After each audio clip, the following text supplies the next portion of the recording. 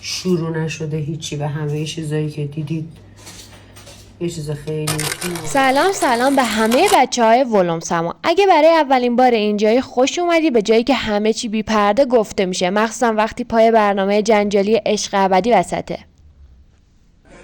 امروز قراره بریم سراغ یکی از جنجالی ترین اتفاقات این روزا، اما نه خود سریال بلکه پشت پرده سریالی که حالا بیشتر از خود داستان با حاشیه‌هاش داره میدرخشه.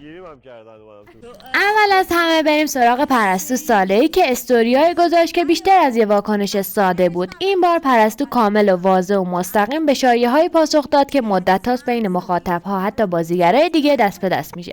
اما چی گفت؟ دقیقاً چه واکنشی نشون داد؟ ما تمام اون استوری‌ها رو داریم و قراره با هم بررسیشون کنیم. اولین استوریش اینه که از عشق ابدی بپرسید جواب میدم. که پرسیدن چقدر از این اتفاقاتی که میبینیم سناریوه و چقدر واقعیه کاملا. نوشته به جز وارد شدن من به صحنه و چالش و سرگرمیایی که میارم با خودم هیچ چیزی سناریو نداره.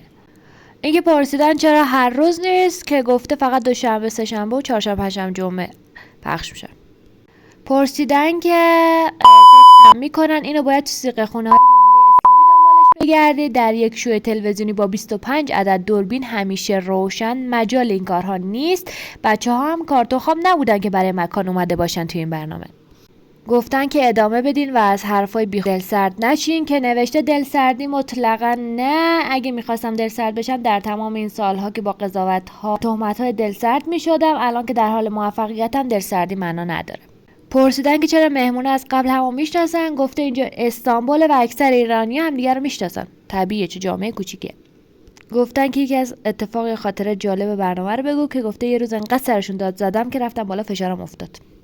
گفتن که چرا یکم تنوع نمیدین برنامه‌تون یک نواخت شده، گفته درست میگین، اولین دور فینالمون این مشکل حل میشه که قسمت 20 اولین فینالمونه.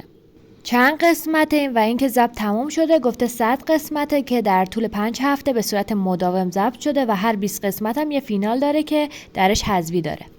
گفتن که این برنامه باعث شده ایرادامون رو پیدا کنیم که گفته بله در بخش‌هایی مثل یه آینه عمل میکنه.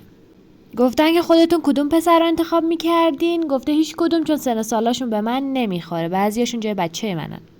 به نظرتون کسی هست که فیلم بازی کنه؟ نوشته 100% بالاخره پای $30,000 پول در کنه، ولی بیننده ها باهوشن و تا آخر کار متوجه میشن کی دروغ میگه. پرسیدن که شما داور یا کارگردان، گفته نه داورم نه کارگردان و نه تهیه کننده، من فقط مجری برنامه‌ام. این برنامه سالهاست توسط یک کمپانی ترک معروف ساخته میشه که ورژن عرب و ترک و آمریکایی لاتین هم در همین ویلا همین اکیپ ساختند.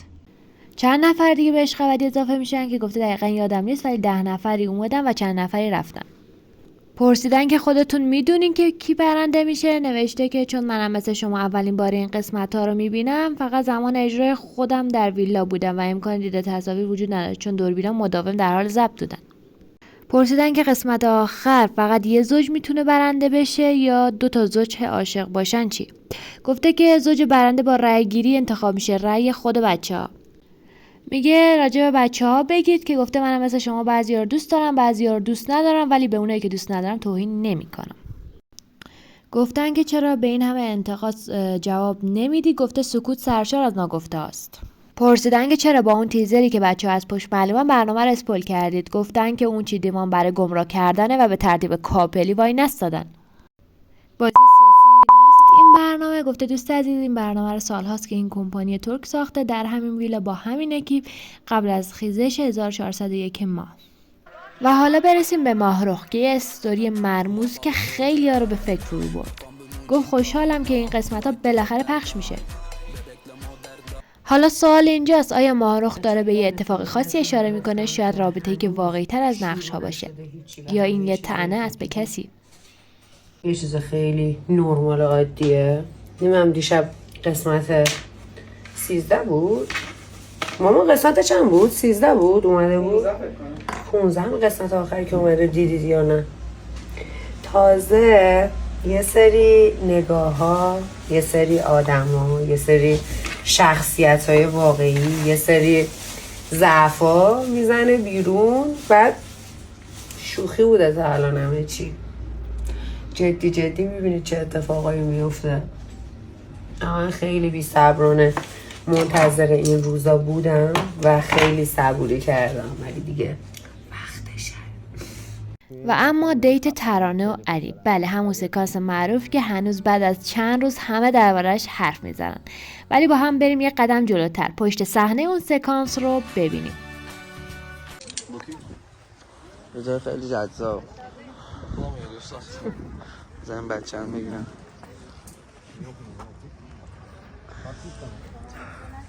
باعث بانی وایرال شدن من از این بچه ها بوده.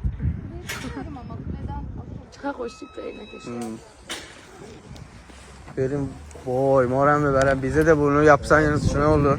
Yukarıya gitsek. Gideceğim mi? Vay! Vay! Gerçekten mi? Vay!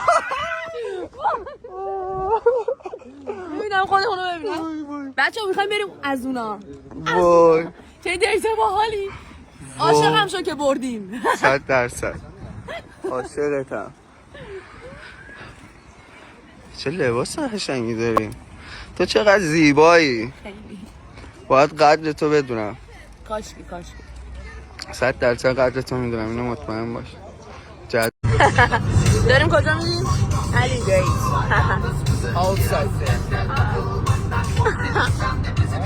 Yo.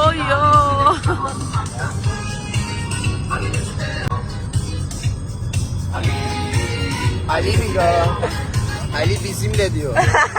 Ali bizimle diyor. Ali bizimle diyor. کنیم دیت خوبی داشته باشیم. ما خودمون فکر نمی‌کردیم با ما کشیم. ولی علی دوستم داشت. خیلی زیاد. عاشقت بودم. دروغ نمیگه نه؟ این اینستاگرام آخه دیده بودمش قبلش. آره بچه‌ها همین دختره که رفتش. دیگه نیتت باز باشه خدا اینجوری میذاره تو کاسه.